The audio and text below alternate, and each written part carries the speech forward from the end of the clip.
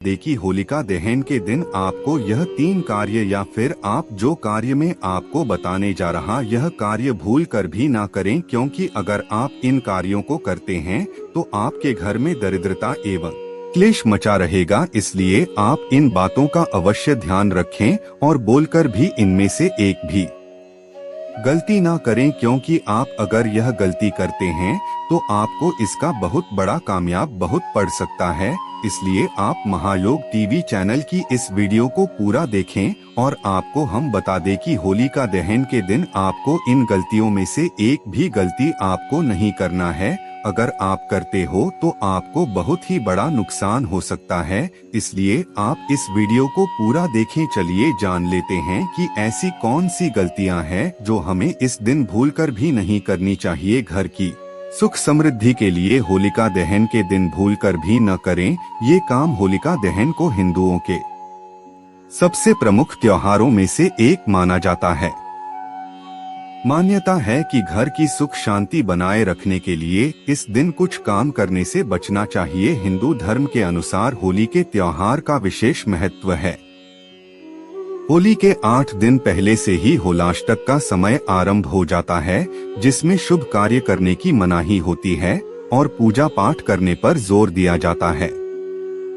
इन 8 दिनों के समापन के साथ ही होलिका दहन होली के एक दिन पहले मनाई जाने वाली रस्मों में से एक है। लोगों की मान्यता है कि होलिका दहन के साथ बुराइयों का भी दहन होता है और बुराई पर अच्छाई की जीत होती है। होलिका दहन की परंपरा फाल्गुन माह की पूर्णिमा तिथि यानी कि पूर्ण चंद्रमा की रात को मनाई जाती है, जिसका विशेष महत्व है। इस वर्ष होलिका दहन 25 मार्च को मनाया जाएगा।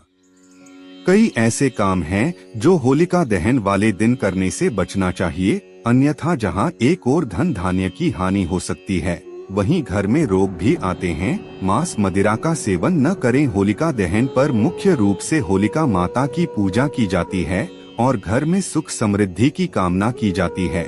इसलिए भूलकर भी इस दिन मांस और मदिरा का सेवन नहीं करना चाहिए। चूंकि होलिका दहन पूर्णिमा तिथि को पड़ता है, इसलिए इसका और भी अधिक महत्व है और इस दिन तामसिक भोजन पूर्ण रूप से वर्जित माना जाता है। इस दिन पूरी तरह से मांस मदिरा के सेवन से बचें, अन्यथा धन हानि होना और घर में रोग आना निश्चित है।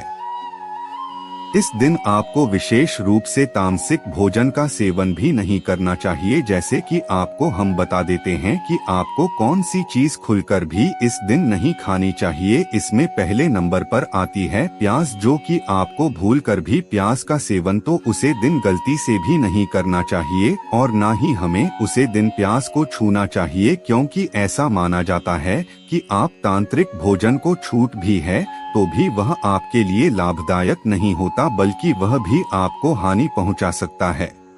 इसलिए आप इस दिन प्याज को भूलकर भी ना चों। और दूसरा है लहसुन। दोस्तों, ऐसा माना वह किसी राक्षस की मल मूत्र से पैदा हुआ है, इसलिए हमें भूलकर भी लहसुन को नहीं इस दिन बिल्कुल भी आपको प्रयोग नहीं करना चाहिए। हम आपको और भी बारी बारी से सभी जानकारियां बताएंगे जो आपको होलिका दहन के समय भूलकर भी नहीं करनी है, या फिर होलिका के दिन इस कार्य को आप बिल्कुल भी नहीं करना। अगर आप इन कार्यों को करोगी तो आपको लाभ तो नहीं होगा पर नुकसान आवश्यक हो जाएगा। अगली चीज चलिए जान लेते हैं। अब हम किसी को पैसे उधार न दें। यदि आप धन वृद्धि की कामना करते हैं तो होलिका दहन के दिन कितनी भी बड़ी परेशानी क्यों न हो, किसी को भी पैसे उधार देने और लेने से बचना चाहिए।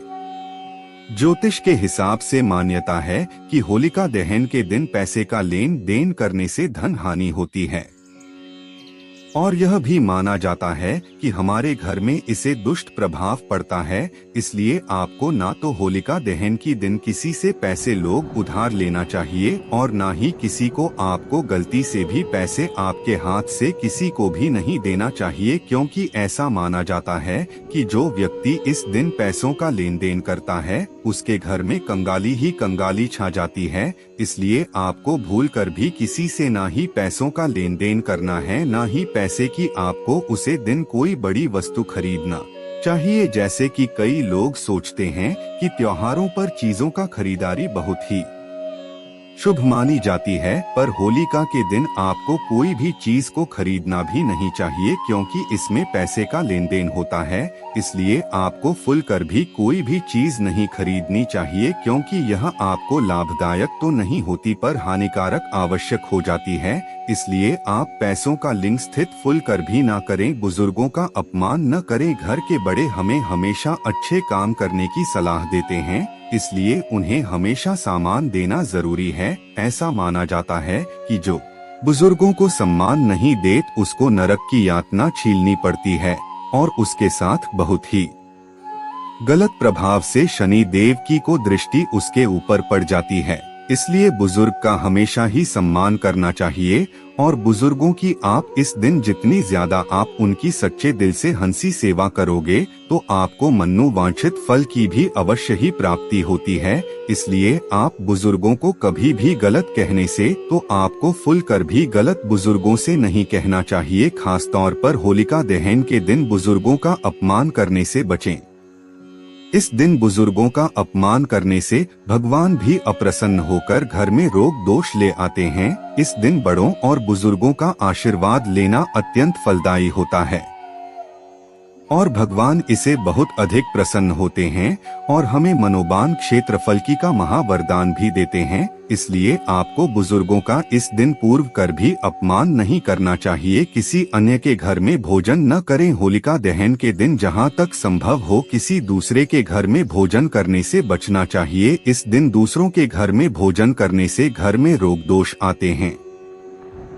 इस दिन अपने घर में शुद्ध भोजन बनाकर पूरे परिवार समेत ग्रहण करना चाहिए और ईश्वर को भोग लगाना चाहिए। ऐसा माना जाता है कि जो इस दिन सामूहिक भोजन करती है उनके जीवन में कभी कोई कष्ट समस्या नहीं आती और उनके घर में भाईचारा एवं प्रेम बढ़ता है। ऐसा माना जाता है कि जो व्यक्ति इस दिन साथ में सभी व्यक्तियों को एक साथ बिठाकर खाना खिलाते हैं अपने मोक्ष की प्राप्ति होती है। इसलिए सभी व्यक्तियों को एक साथ अवश्य ही आना चाहिए। घर की प्रत्येक सदस्य को एक साथ ही खाना खाना चाहिए, क्योंकि इससे आपके घर में फिर कोई नकारात्मक शक्ति थी उसे घर में कभी कोई प्रवेश नहीं करती। हालांकि यह बात भी सत्य है कि एक साथ भोजन करने से आपके घर में कभी कोई क्लेश या कोई कविता आपके घर में फिर कभी नहीं आती। बाल खुले न छोड़े। मान्यता है कि होलिका दहन के दिन कई नकारात्मक शक्तियां इर्द गिर्द घूमती हैं,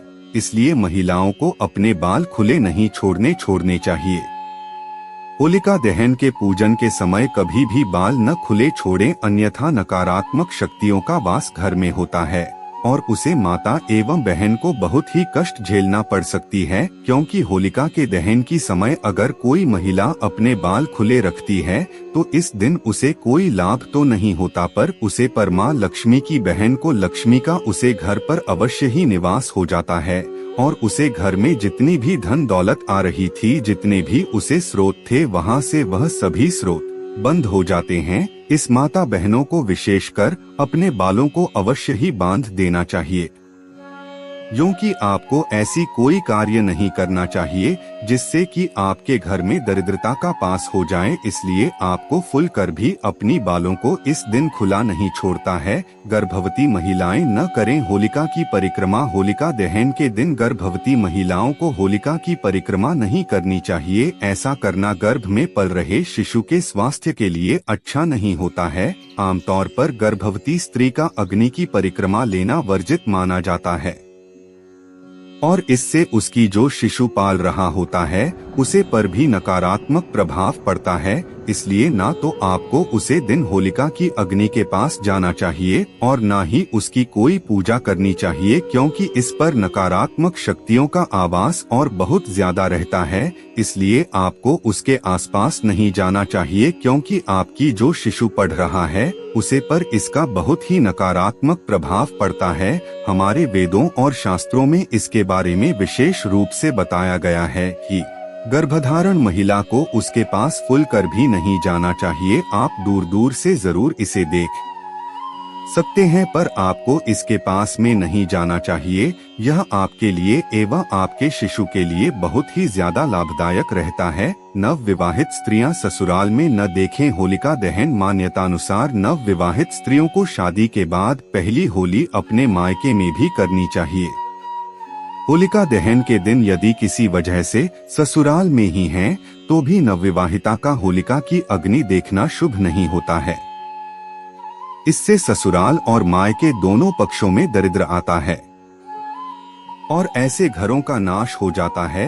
इंजन घर की बहू बेटी इस कार्य को करती है, उनके दोनों ही घर में नस नस होता है। इसलिए आपको भूलकर भी होलिका के पास नहीं जाना है, पर आप होलिका को दूर से आप ज्यादा से ज्यादा हो सके उतनी दूर से आपने जरूर देख सकते हैं, पर होलिका के पास इस दिन आप फुल कर भी ना जाएं, क्योंकि ऐसा शास्त्रों में इस चीज को वर्जित माना जाता है। क्योंकि जो महिला ऐसा करती है उसके घर में हमेशा ही दर्द देता का पास रहता। आप अपने परिवार को खुश देखना चाहती है तो आपको भूलकर भी उसके यानी कि होलिका के पास में नहीं जाना चाहिए, क्योंकि यह बहुत ही नकारात्मक प्रभाव पड़ता है। इससे आपको बता दे कि हमने जितनी भी अभी तक आपको जानकारी बताई है उसे जानकारी का आप अवश्य ही पालन करें। आप सभी के लिए हम इतनी ज्ञानवर्धक जानकारी लेकर आते हैं, इसलिए आपका इतना फर्ज तो बनता है कि इस वीडियो को ज्यादा से ज्यादा आप हर एक भारतीय नागरिकता पहुंचाएं, जिससे कि महायोग टीवी चैनल की वीडियो हर एक भारतीय नागरिक तक पहुंच सके। लड़ाई झगड़ा न करें। होली का त्योहार